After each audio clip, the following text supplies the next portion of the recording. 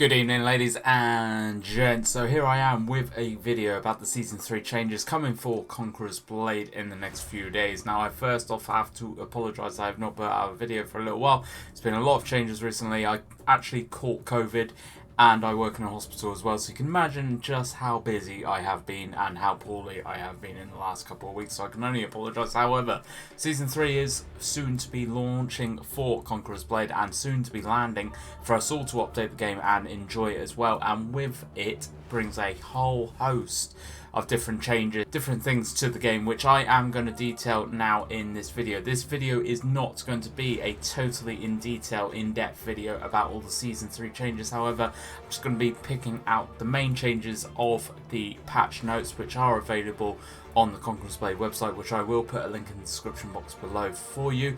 If you want to go through and read all those patch notes, please do so. However, what I'm going to be doing is picking out all the main points of the Season 3 patch notes, and I'm going to be listing them in this video. First off though, before we get into the video, are you part of the not subscribed crew? Right now I have 99.6% of my watch time coming from not subscribed people. That is a huge amount of not subscribed. Please do consider subscribing and keeping in touch with all the content that I'm putting out on the channel, because there's going to be a lot of Conquerors Blade videos coming out soon, and there's going to be other in-depth videos, guides, walkthroughs and playthroughs of medieval similar type games and strategy games as well. If you're interested in any of those games, please do consider subscribing. I need to get 99.6% down. That is a huge amount of number, and I would love for you to become subscribed.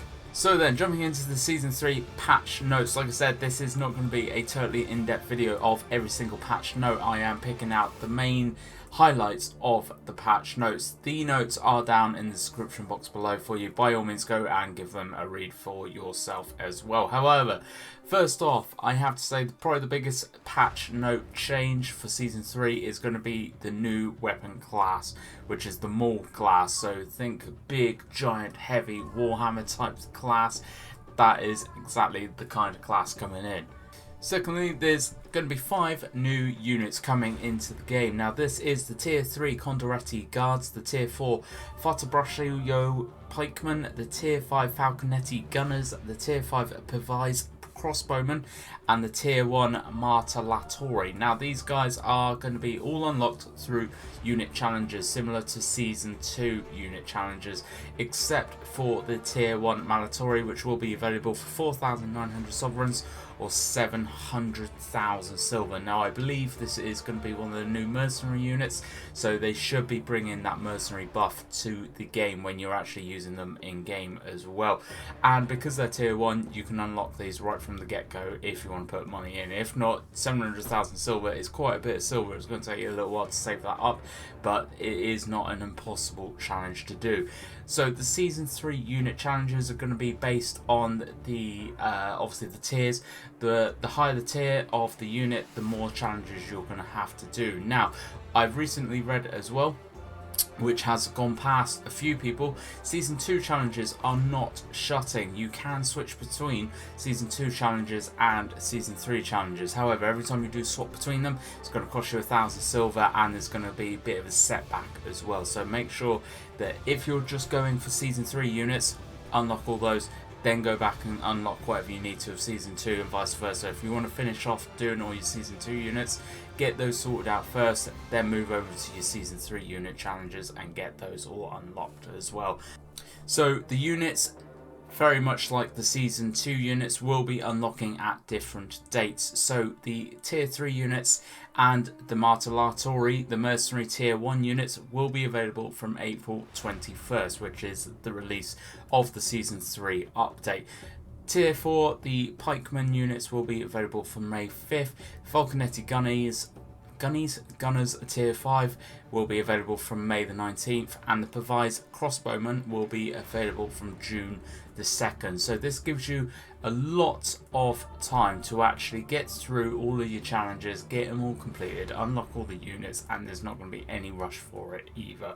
So that's what I kind of found in Season 2, is you just felt like you were having to rush everything, just get it done, because we thought that the unit challenges were going to be locked once that season ended. Luckily, they're actually extending that, so it's giving everyone a little bit more time to unlock them. But this time around, it looks like they're going to be actually spacing those out a little bit more, and it's going to give you a bit more chance and a little bit more time to actually play with all the units properly and get into some really good games and spend time actually unlocking those challenges and not feeling like you're going to have to rush through the challenges to get them done as quick as you can.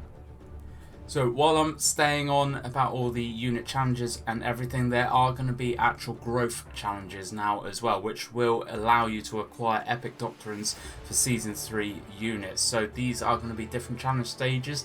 You go through these, you unlock these, and these will give you epic doctrines for use with the Season 3 units once you unlock them through the different unit challenges. So speaking about doctrines, there is actually a bit of a change to the doctrine system as well. So there's going to be a load of seasonal doctrines which you can unlock. You can seal them to a unit, but they can't be taken off that unit and put onto another unit, pretty much the same as normal doctrines. So bear that in mind before you start using your seasonal doctrines. There are also going to be actual timed doctrines as well. Now these are either 1 day or 3 days. However, if you unlock a 3-dayer and then you unlock the same 3-dayer, apparently you can stack them on a unit. So you can put both of those doctrines on one unit and it will stack up to 6 days. So you can actually use the same doctrine for the same unit and it will stack up like that. There's also 1 to 12 day doctrines which are going to be coming in the flavours of rare, epic and legendaries. Now these are available through village, fief and city ownership and nobility titles for free houses as well. So there's a whole host of changes to the AI houses. Now these are going to be giving you more chance to actually get through the ranks and become known as a bit of a badass in the AI house, giving you a very good title to actually show off your dominance through it. It's also going to reward you a salary. The higher your rank, the more you will receive, and that salary will be paid on every Sunday. So this is going to give people that are in AI houses the actual kind of kick up the ass to actually go out and win as many battles as you can and get your prestige up in that AI house, because you're going to be rewarded with a salary at the end of the week. The better you do, the more money you're going to be getting. So obviously with the Season 3, it's a brand new season. There's going to be a brand new battle pass as well. There's going to be a whole host of different weekly challenges, and I'm sure it's going to be pretty much the same as the Season 2, because Season 2 they really tidied it up from Season 1, and Season 2 I feel the weekly challenges have been working so much better than the Season 1 challenges. So when you get into the game, once you log in, press F5. This will bring up the season tab with all the season stuff in it. So this includes the season shop, all the challenges for the mall class, because you're going to be having to actually unlock that class through challenges.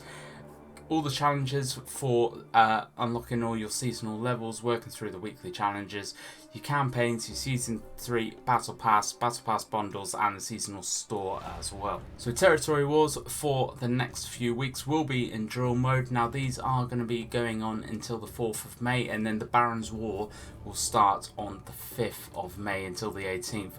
Now it's going to be broken down into campaigns again. So you've got the Barons War, then you have the Crossing Frontiers from the 19th to the 25th of May, Heart of the World from the 26th of May to the 15th of June, Conqueror's Crown from the 16th to the 29th of June, and then Imperial Dawn, which is the final territory war, will be hosted on the 30th of June. So you've really got to work towards that final battle of Imperial Dawn on 30th of June. That looks like when this season will be ending, so bear that in mind. However, with current real world events, this season may extend pretty much like the last one as well, so just bear that in mind.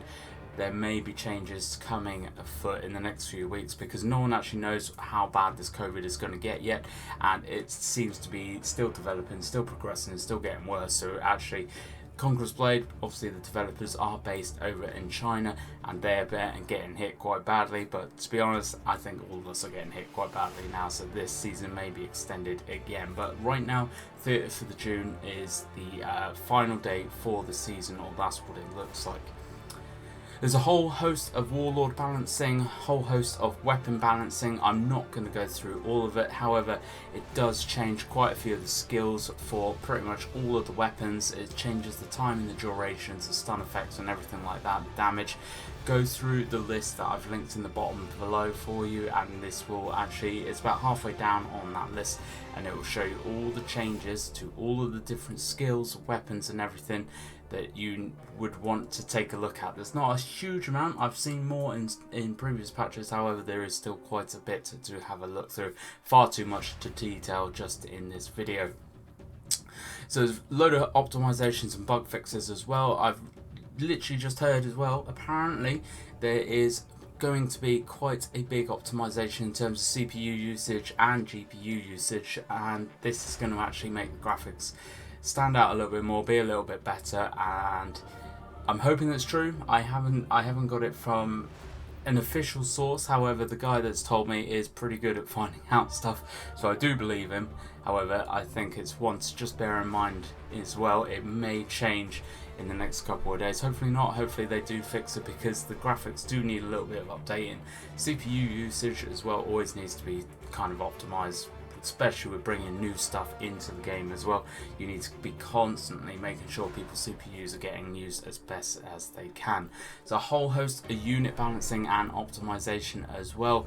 Cavalry have taken a big change in this, so they can actually crash into walls and big objects now.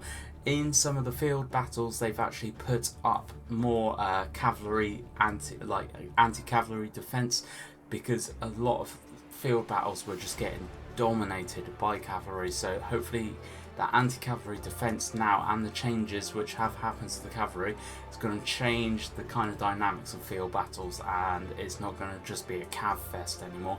You're actually going to have to bring other units into the game.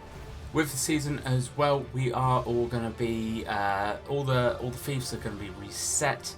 Some of the fiefs are changing, some of the forts are changing as well. I'm not going to go through them, however they're pretty much right down the bottom of the patch list page. Go down there, it will tell you all the different fiefs and forts that are changing, and some are literally massive changes which are going to change the map quite a bit as well.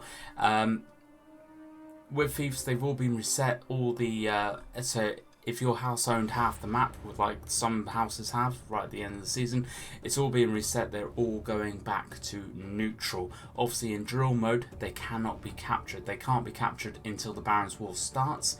However, drill mode is for practicing and gaining experience in your house and working with your teammates to actually figure out what fiefs you want to go for and how best to tackle in taking them. With the fief reset as well, we're all being given a new starting region. So if you and your house want to start in a new region as well, now is your chance, just like the beginning of season 2, where they gave you the choice of what region you started in. So definitely have that discussion now before the patch of what region you and your house are going to be starting in this time.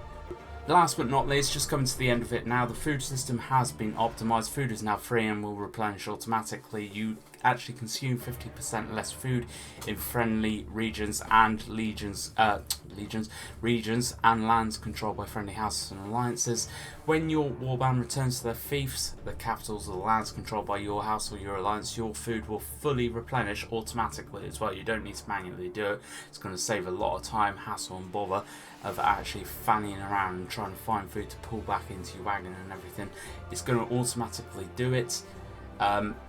If you do run out of food though, then the farms are still available. However, you can only actually collect food from the farmland when you have no food. If you have food in your warband, if you have food in your cart, you will not be able to collect food from the farmland. It is literally, once you've run out, you can go to a farm and you can collect food. The resource system has also been changed, and there is a new function of transport goods. So if you buy stuff from an auction house in a different region, you can actually pay for those goods to be delivered to you, so you haven't got fanny about running around on the world map to get to that point. You can actually get that delivered to you. The further away that house where you've actually bought that stuff from is though, the more it's going to cost. So bear in mind it could rack up the prices of things that you're buying on auction houses, but it does save you a lot of fannying about and running around as well. So while I'm talking about the resources and everything, now there's been a bit of a change to requisition orders. Exhausted resource points cannot be requisitioned with orders anymore. Common and uncommon resources can now be used to refine, process epic materials, and collecting resources with requisition orders increases resource output as well.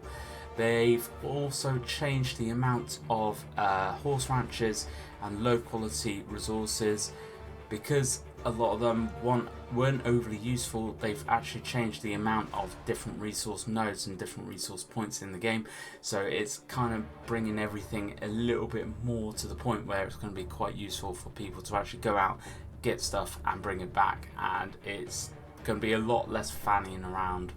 So those are the highlights of this patch. There will be a lot more videos in the next few weeks of Conquerors Blade and the Season 3. I'm going to show all the challenges off like I did in Season 2, and anything else like the Maul class challenges that I think people will want to see. As soon as I can get my hands onto the patch and get into the game, I'll be recording that and putting that out. So like I said at the beginning part of the video, if you're still here and you're liking this kind of video and you're liking Conquerors Blade, please do consider subscribing, because there's going to be loads more stuff. I don't do just Let's Plays or playthroughs like that. I actually do guide walkthroughs and educational stuff like this to actually give you a bit of a solid grounding when you're getting into a game, especially such a game like Conquerors Blade where there's a lot of stuff going on and a lot of stuff to kind of take in. I try and break it down like I have in this patch notes to the highlighted points and not kind of just bombarded you with everything. Thank you very much for watching, folks. I hope you're looking forward to Season 3 just as much as I am. I hope to catch you in there. There will be more videos as well, like the codes for Jules challenges coming up in the future. So if you ever see me around, jump into a party with me, say hello to me, and we'll play some games, because you never know, you may score a code. Thanks very much for watching, folks. I hope to see you in a few days in Season 3 of Conquerors Blade.